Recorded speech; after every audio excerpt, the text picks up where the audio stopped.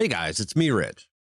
Hair discrimination is now illegal in Pennsylvania, and you're about to see why this new law isn't about what the governor wants you to believe it's about.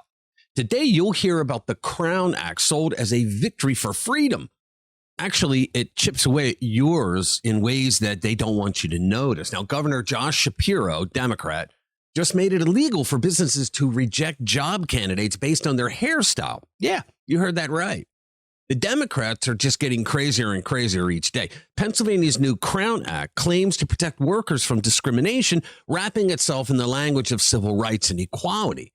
But this law isn't about protecting workers at all. It strips business owners of their fundamental right to decide who represents their company.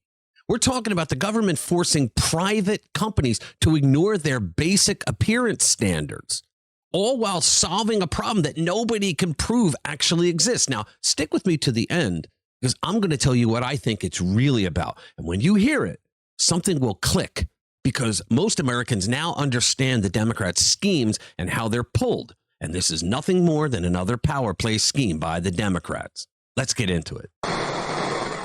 All right, guys, welcome back to RPW Media, where we cut through the political nonsense and give you the truth without the sugarcoating. All right, if you like our videos and you haven't done so already, you should become a subscriber to the channel. You can hit that notification bell and smack the like button, because it helps us get our message out to more people, and you will be notified every time we put out a new video. And thank you. So Pennsylvania Governor Josh Shapiro, Democrat, just did something truly remarkable. He signed a law that makes it illegal to discriminate against someone based on their hairstyle. Yes, their hairstyle. The Crown Act, which stands for Creating a Respectful and Open World for Natural Hair, just became law in Pennsylvania. Now, I don't know about you, but that acronym sounds like it was workshopped by a committee of people who spent way too much time in corporate sensitivity training sessions. Honestly, it should be called the Clown Act, because that's what it really is. Here's the argument they're making. State officials claim that certain hairstyles have been used as reasons to treat people unfairly in workplaces and schools. Shapiro insists this type of discrimination still happens in Pennsylvania. All right, so here is Governor Josh Shapiro of Pennsylvania introducing a law that he's about to sign, and you're not going to believe how he refers to it. Give it a watch. Today, when I sign the Crown Act into law, that will be the next step in making good on that promise of bringing about real freedom for all Pennsylvanians. Now, hold on there, Josh. Bringing real freedom for all Pennsylvanians. What about the business owners? You know, business owners could actually have a standard of how you come to work that has nothing to do with race. Do they at least accept that? I mean, think about it. If the white guy with clown hair comes into work and wants to be in sales, do you really think that the owner's going to look at this guy and go, you got to do something about your hair, and he's going to be sued? Like they don't want people with outrageous hairstyles. Like this woman here, I don't think her hair is outrageous at all. So I hope she's not talking about herself. But I mean, some people could have really, really weird hair, and a company, I think, has the right to say, look, you know, we'll hire you, but you got to change your hairstyle, which is what I'll bet most of them say. But I mean, to turn around and make a law to force a company, a private company, where does the government get the right to do that? Well, they don't have the right to do that. This public policy campaign is my brainchild, in a nationwide effort I have led since She goes down the race hole. 2018. Determining it was necessary to change the law to help redress the long-standing and problematic practice of racial discrimination in the form of hair discrimination. How is it racial discrimination in the form of hair discrimination? How is that? I guess what she's saying is that only black women are getting discriminated against because of their hair. Is that what she's trying to say? So they made this law specifically for black women. All right, I accept that. And that's part of the two reasons why I think they did this. I subsequently developed the national legislative, social impact, and coalition building strategies for this movement because for too long, It's a movement. Can you believe this? a myopic notion of professionalism and Eurocentric standards. Myopic and Eurocentric standards. In other words, white people. So she's telling a white business owner who creates the standard of how he wants his business to be run, how he wants his employees to look, that has nothing to do with race. Nothing. They hire people of color. Every corporation does. So now they want you to believe, she wants you to believe that it's racist to be that way, to have your business the way you want it, to have your employees who look. What are they going to do about uniforms? Are they now going to say that, well, black women shouldn't have to wear the same uniform that everybody else does? That's racist. That's coming next. Of beauty have perpetuated racial inequity and exclusion.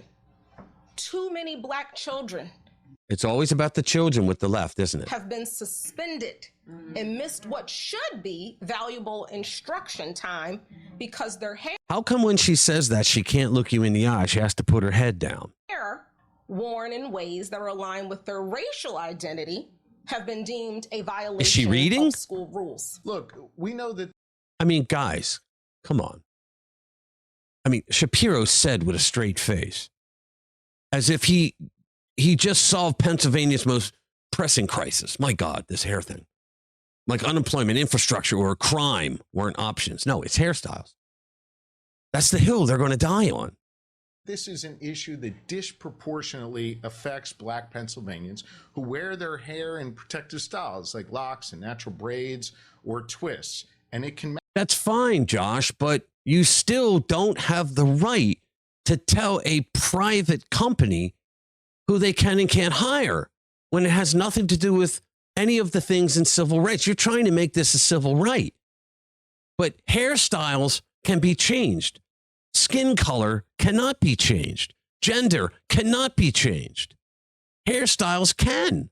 manifest itself in a number of different ways, from someone getting fired simply because of how they look, or maybe someone getting passed over for a job because of the way they wear their. All they had to do was comply with the company standard. They're the ones that are saying, no, I'm not going to. Everybody else in the company does, and they don't have a problem with it. hair. That's unacceptable. And in a moment, it will be illegal. This is nuts that they're doing this. Guys, here's what nobody in Harrisburg wants to talk about. I have to ask a simple question. Who is actually being denied a job in Pennsylvania because of a hairstyle? Where are these massive numbers of people who cannot get hired because of the way their hair looks? Now, you just saw it. The politicians pushing this thing make it sound like a statewide emergency.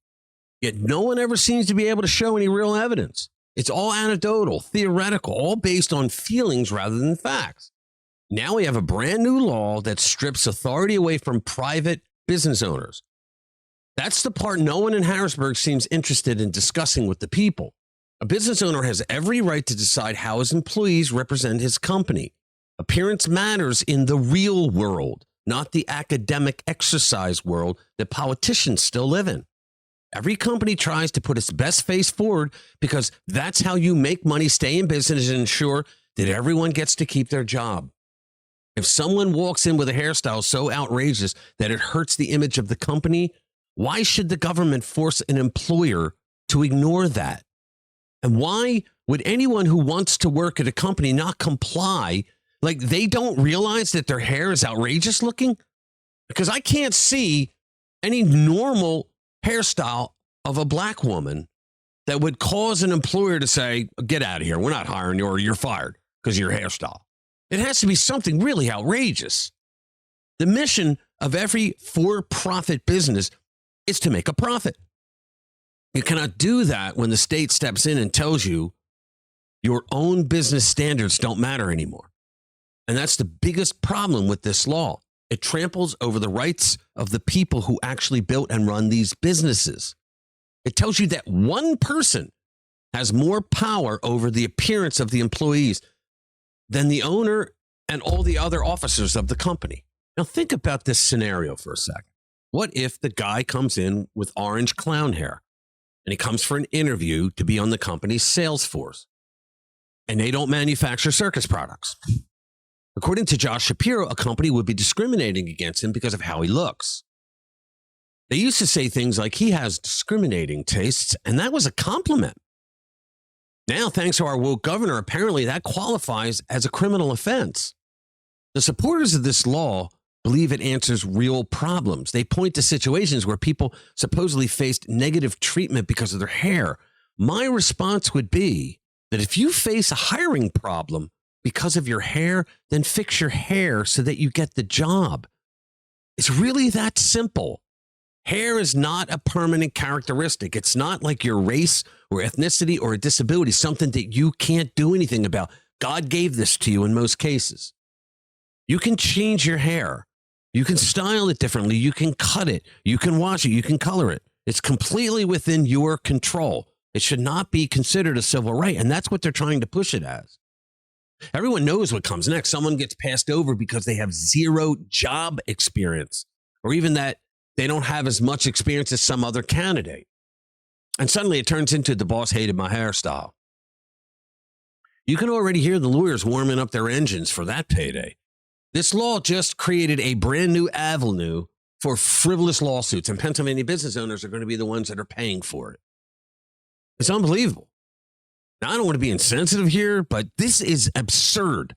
The idea that children are losing confidence because of their hairstyles, maybe the problem isn't discrimination. Maybe it's that we're teaching kids that their external appearance is the most important thing about them. You ever think of that?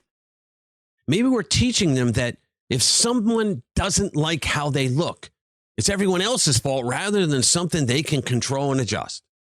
I truly hope Pennsylvania business owners take this to court and make the case that they, not the government, have the right to decide who represents their companies when it comes to hairstyles or even dress code. The state has no authority to dictate hiring decisions based on your hair, especially in positions that involve direct contact with paying clients. You are putting a company in jeopardy of going out of business. Hiring should reflect the standards of the business. I don't give a damn if you think it's Eurocentric or not. It should not be represented by the political ambitions of elected officials. Guys, here it is. This has nothing to do with hiring based on race, creed, color, or personal relationships. Those are fixed parts of you. Hairstyles are not. So what happens when this has an intersectionality experience with uniforms on the job? Are we going to have people saying that they would rather come dressed in whatever the hell they want to wear that day while everyone else has to wear a uniform to have a job? The push follows a nationwide pattern as more states jump on board. I think there's 28 states now with these laws that dictate appearance standards in workplaces and schools. Josh Shapiro and the lawmakers applauding behind him, they insist these measures are needed because they believe hidden, unseen discrimination is happening. Is the discrimination in the room with us right now? Yet no one seems to be willing to address the actual unequal treatment here. What about the business owners who lose the basic right to run their own companies? Who protects them when the state steps in and decides their standards no longer matter? And who can they go to when the government standards cause them to go bankrupt? Who can they blame? The bigger debate is pretty simple. We already have decades of equality laws on the books. And so here comes the Crown Act, dressed up like some grand civil rights milestone, when it looks more like political branding than anything backed by real evidence. Employers now have to wonder how they're supposed to enforce basic workplace standards without stepping on one of these new landmines. Democrats do this all the time. Look, obviously, this was mostly based on black women's hair in the workplace. Shapiro actually said it. Let's call it what it is. Yes, it will obviously apply to everyone, but let's call it what it is. This is the Democrats telling black voters that they care more about them in the workplace than conservatives do. Now, think about the division it's going to cause between management personnel and everyone who works in that area with people who intentionally come in with the most radical, inhuman-looking hairstyles just to mess with the company, mess with the man. And if you don't think that's going to happen, then you don't know too many lawyers. And you can already picture what happens next. A parade of applicants with zero skills and hairstyles that look like they lost a bet will stroll into job interviews, just hoping upon hope, praying that they get rejected, just so that they can speed dial their favorite shyster lawyer. As always, the Democrats have created another real mess. Another question floating around involves enforcement. Someone would have to prove hair was the actual reason, I can't believe I got to say this, was the actual reason for an employment decision, and that type of proof doesn't exactly fall from the sky. How do you prove that someone didn't get hired because of their hair versus their lack of qualifications, or another candidate was more qualified for the job? The answer? You can't. But that won't stop the lawsuits, guys. It won't stop the accusations. And it certainly won't stop the government from expanding its power into every corner of private business.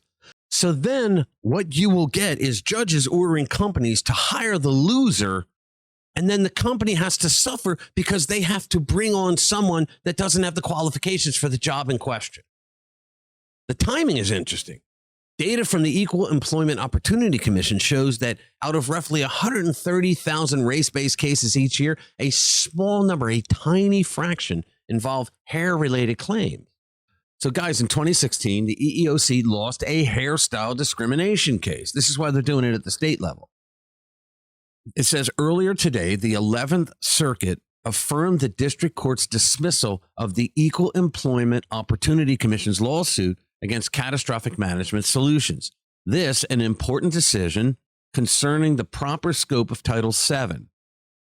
At issue was whether a business's policy requiring professional-looking haircuts and interpreted to prohibit dreadlocks facially violates Title VII's prohibition on intentional racial discrimination in employment, because the court found that Title VII only prohibits discrimination based on immutable characteristics. In other words, guys, things you cannot change. It affirmed the dismissal of the lawsuit. So now, down below, it says a year ago when PLF filed its amicus brief in the case, they explained the facts of the case. And here it is. Think about the following scenario. A job seeker sees an ad for a sales job. She has all the correct qualifications. Her interview goes great. The business says they want to hire her, but because she will be selling the business to the public, she must get a professional-looking haircut. The job seeker refuses. Instead, she contacts the EEOC and says that the business is discriminating against her on the basis of race. The EEOC agrees and sues the company for intentional racial discrimination. That's exactly what happened in EEOC v. Catastrophic Management Solutions. So you see, guys, even at the federal level, they lost that case because there is nothing there legally. The law puts Pennsylvania on the list of states choosing to regulate appearance rules in public institutions and workplaces. So we're creating sweeping legislation to address a problem that accounts for just a tiny fraction of discrimination complaints. That makes perfect sense in government logic, but not in the real world. It may look to some as though Josh Shapiro just fixed a major problem, yet the reality is very different. In trying to score political wins, he created a whole new set of problems for people who have done nothing wrong. Business owners who have built their companies from the ground up, who have created jobs, who have contributed to their communities, they're the ones who are going to suffer under this stupid law. They're the ones who will be dragged into court. They're the ones who will have to defend their basic right to set standards for their own businesses. My home state of Pennsylvania has become the 28th state to do this law. So why are the Democrats doing this now? Because when you look at the history of Democrats, they always do things like this. It's a two-pronged operation. First, Democrats are way down in the polls, and they have lost a significant portion of black voters. That is the same black vote that they took for granted for decades. So they will do anything, no matter how ridiculous, to make it appear that Democrats care more for black workers of America than those evil racist Republicans.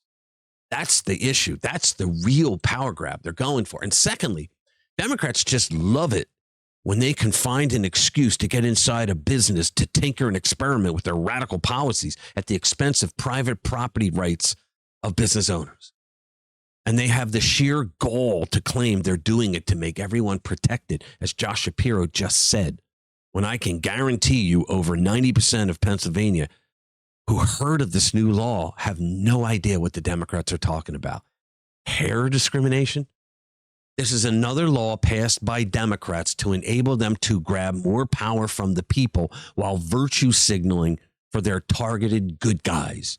Democrats divide the country constantly by saying, we, the government, like you groups over there, while at the same time, we don't like you groups over there. It's disgusting, and I hope the American people pick up on this during the midterms. This is just another perfect example of why I always say voting Republican means you never have to say you're sorry. Look, here's the bottom line. The Crown Act is a solution in search of a problem. It's government overreach disguised as compassion for a targeted political group.